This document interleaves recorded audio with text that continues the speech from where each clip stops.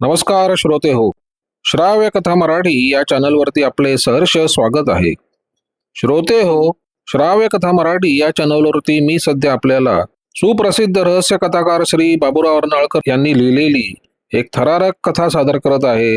कथेचं नाव आहे अरण्यातील वेताळ.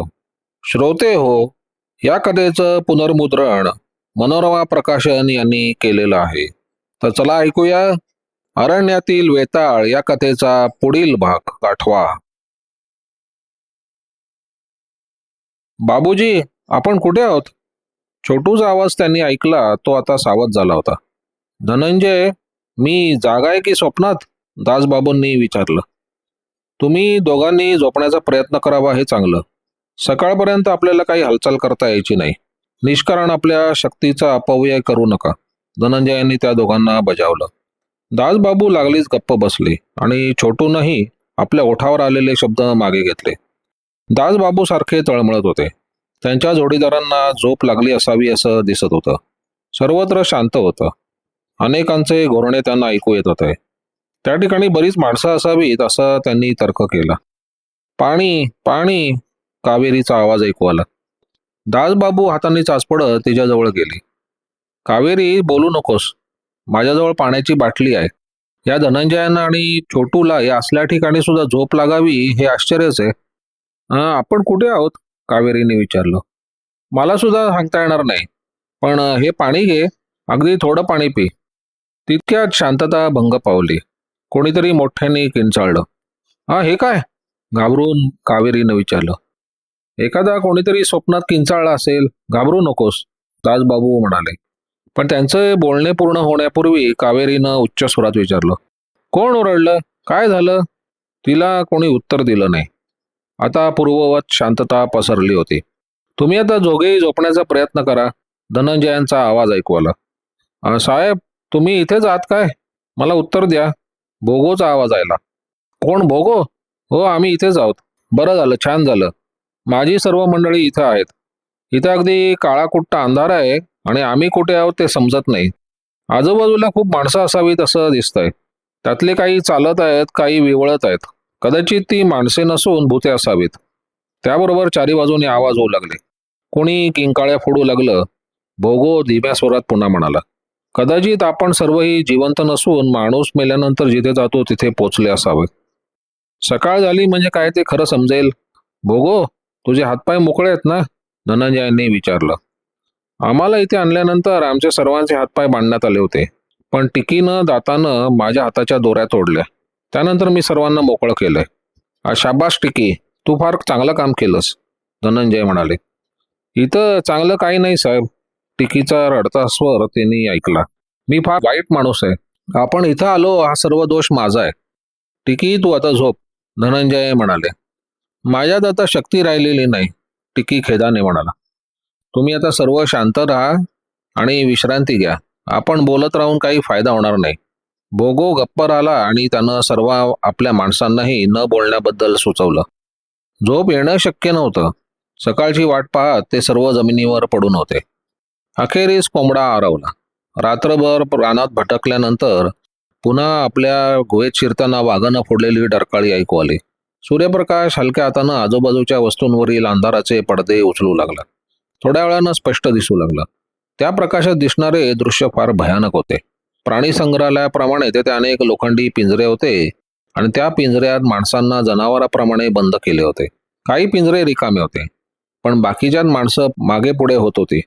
काही पिंजऱ्यांच्या गजावर हात मारत होते, काही डोकं आपटत होते. सर्व माणसं असून जनावराप्रमाणे वागत होती. निरनिराळ्या वयाची आणि जातीची माणसं त्या पिंजऱ्यात कोंडलेली होती. काही प्रकाशाला घाबरून अगदी आतल्या कोपऱ्यात हाताने तोंड झाकून दडी मारून बसले होते. काही जनावरांप्रमाणे उड्या मारत होते, दात विचकत होते, ओरडत होते. त्यांचे एकमेकांकडे मुळीच लक्ष नव्हते. जो तो स्वतःमध्ये गुंग होता. एका पिंजऱ्यात 2 हपशी होते. ते एकमेकांवर तुटून एकमेकांचे वाबाडे काढत होते. दोघेही रक्तबंबाळ झाले होते. धनंजयांच्या उजव्या हाताला असलेला पिंजरा रिकामा होता, पण त्याच्या बाजूच्या पिंजऱ्यात एक लंगोटी नेसलेला अतिवृद्ध माणूस बसला होता. धनंजय त्याच्याकडे बघत असताना तो आडवा पडला. त्याची काही हालचाल होत नव्हती. धनंजय पाठीमागच्या बाजूने बघू लागले. त्या बाजूलाही अनेक पिंजरे त्यांनी बघितले. त्याही पिंजऱ्यात माणसं होती. वेगवेगळ्या राज्यात माणसांना जनावरांप्रमाणे पिंजऱ्यात कोडून ठेवलंय असं जे आपण ऐकून होतो ते खरं आहे तर, दासबाबू म्हणाले. पण त्यांना आपलं बोलणं थांबवावं लागलं. तो भयानक प्रकार बघून वेड्याप्रमाणे कावेरी त्या पिंजऱ्यांच्या गजांवर डोकं आपटत म्हणाली, हे काय आहे? हे त्यांचंच काम आहे. जे मी ऐकलं होतं ते खरं आहे. आता जगण्यात काय अर्थ आहे? कावेरी, हे तू काय करतेस वेड्यासारखं? मोठ्या मुश्किलीनं तिला गजापासून दूर करत दासबाबू म्हणाले, मला सोडा, मला मरायचं आहे. मला जगायचं नाही. कावेरी त्यांच्या हातातून सुटण्याचा निष्फळ प्रयत्न करत म्हणाली, हे सर्व त्यांनी केलंय, माझ्या वडिलांनी. हा, तुझे वडील? दासबाबू आश्चर्याने म्हणाले. धनंजयांनी अद्याप ती माहिती त्यांना किंवा छोटूलाही सांगितली नव्हती. त्यांना ते सांगायला अवसर मिळाला नव्हता. होय, प्रोफेसर बाली. ते बऱ्याच वर्षांपूर्वी नाहीसे झाले होते. ते माझे वडील. शिलाँगच्या हॉटेल मालकानं मला जे सांगितलं ते खरं ठरलं. त्यांनीच हे सर्व नीच कारस्थान रचलं. त्यांना ठार मारायला तुम्ही सर्व आला आहात. त्यांना जरूर ठार मारा, पण त्यापूर्वी मला मरू द्या. कावेरी, तू काय बोलतेस तुला समजत नसे हो, दासबाबू म्हणाले.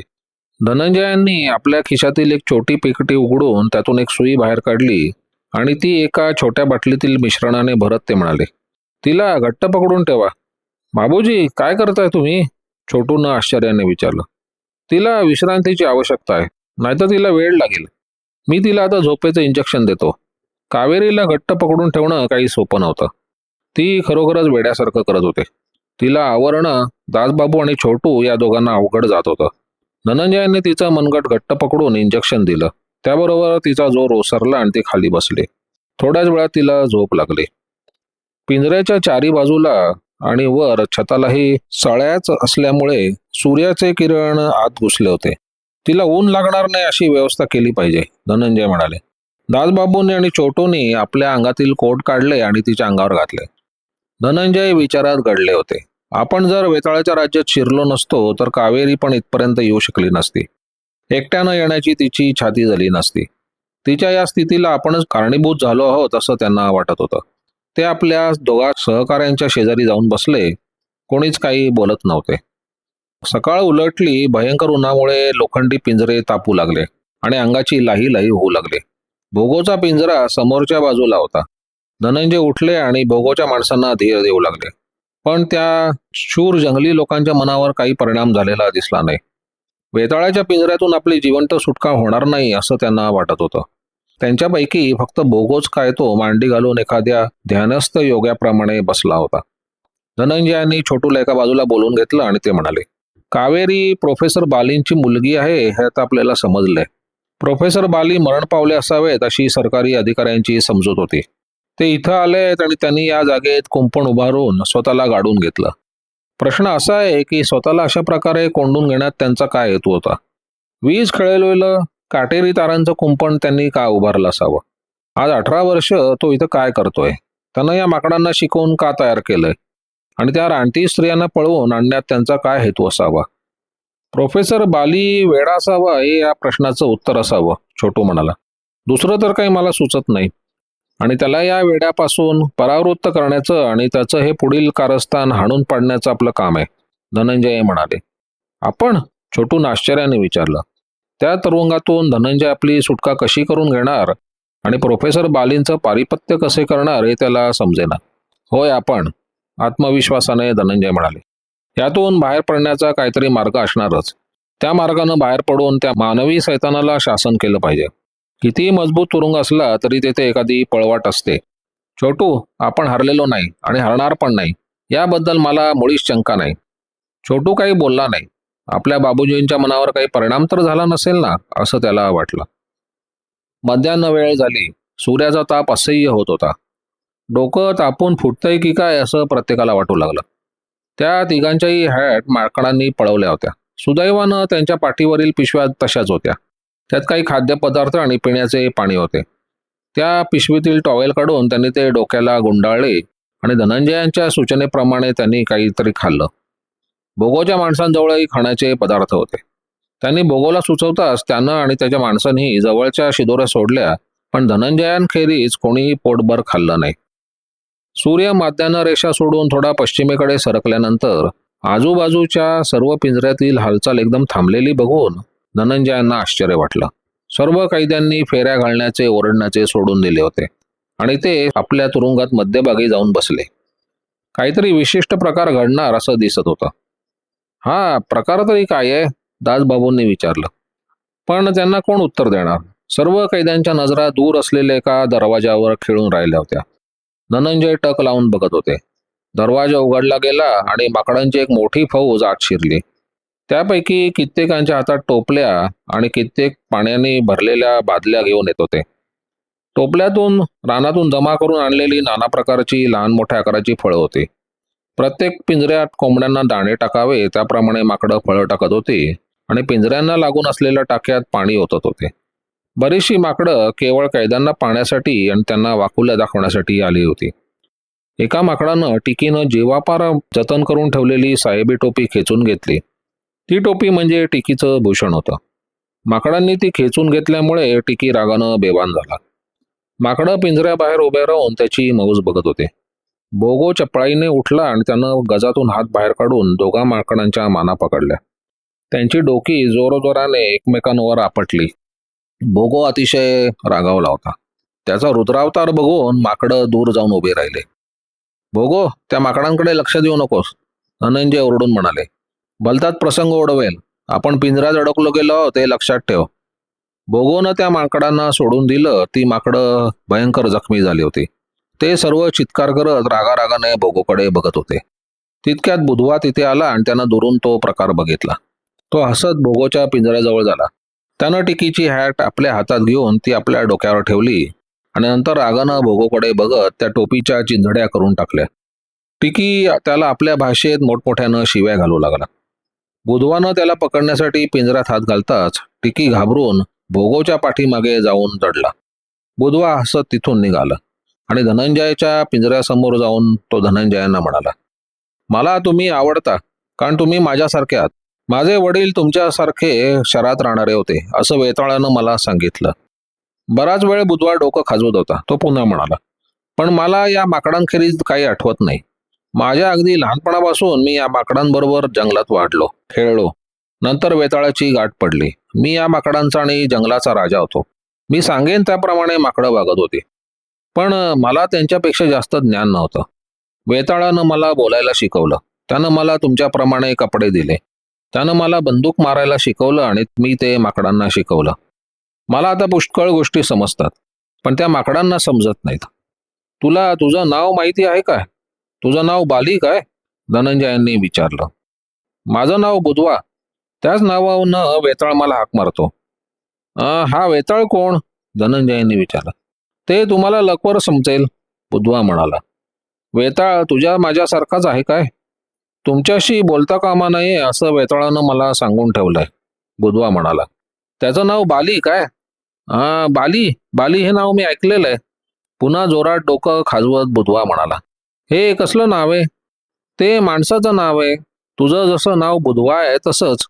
बरेच वर्षापूर्वी बाली नावाचा एक माणूस इथे आला होता. तू त्याला बघितलायस काय? वेताळानं तुला त्याबद्दल काही सांगितलंय का? बुधवा सारखी नकारार्थी मान हलवत होता. त्या घोड्यावर बाई बसते ना, तिचं नाव बाली आहे, धनंजय म्हणाले. छे, तिचं नाव म्हातारी आहे असं वेताळानं मला सांगितलं. ती कुठे राहते? तू तिच्याशी बोलतोस काय? पण बुधवा आता त्याच्या प्रश्नाच्या भडीमारानं कंटाळला होता. तो म्हणाला, तुम्ही फार हुशार आहात. तुम्हाला एकत्र ठेवणं चांगलं नाही. तुम्हाला निरनिराळं ठेवलं तर वेताळ खुश होईल आणि तुम्हालाही एकमेकांना मदत करता येणार नाही. त्यानं दूर दाराजवळ एका खिळ्याला अडकवलेला चाव्यांचा जोडका आणला आणि त्यांच्या पिंजऱ्याचं दार उघडलं व आपल्या माकडांना धनंजयांना छोटूला बाहेर काढण्याचा हुकूम दिला. त्या दोघांनी खूप धडपड केली, पण माकडांनी त्यांचं काही चालू दिलं नाही व धनंजयांना आणि छोटूला वेगवेगळ्या पिंजऱ्यात बंद करण्यात आलं. दासबाबू व कावेरी पहिल्या पिंजऱ्यातच राहिले. इतर सर्व पिंजऱ्यांकडे मौजेनं बघत बुधवा ज्या म्हाताऱ्याला आडवे पडताना धनंजयांनी बघितले होते त्या पिंजऱ्याजवळ येऊन उभा राहिला. अरे च्या, हा तर मेला. वेताळाला ते समजलं तर तो रागवेल. वेताळ इथे येण्यापूर्वी त्याला बाहेर काढला पाहिजे. त्यानं पुन्हा चाव्यांचा जोडगा आणला, पिंजरा उघडून त्या म्हाताऱ्याला बाहेर काढलं आणि माकडांना त्याला तिथून घेऊन जायला सांगितलं. माकडं व बुधवा त्या प्रेताला घेऊन बाहेर पडले. जाताना बुधवानं चाव्या दाराजवळच्या खिळ्याला अडकून ठेवल्या. धनंजय तो सर्व प्रकार बघत होता. त्या म्हाताऱ्याचं प्रेत बघून त्यांना एक कल्पना सुचली होती.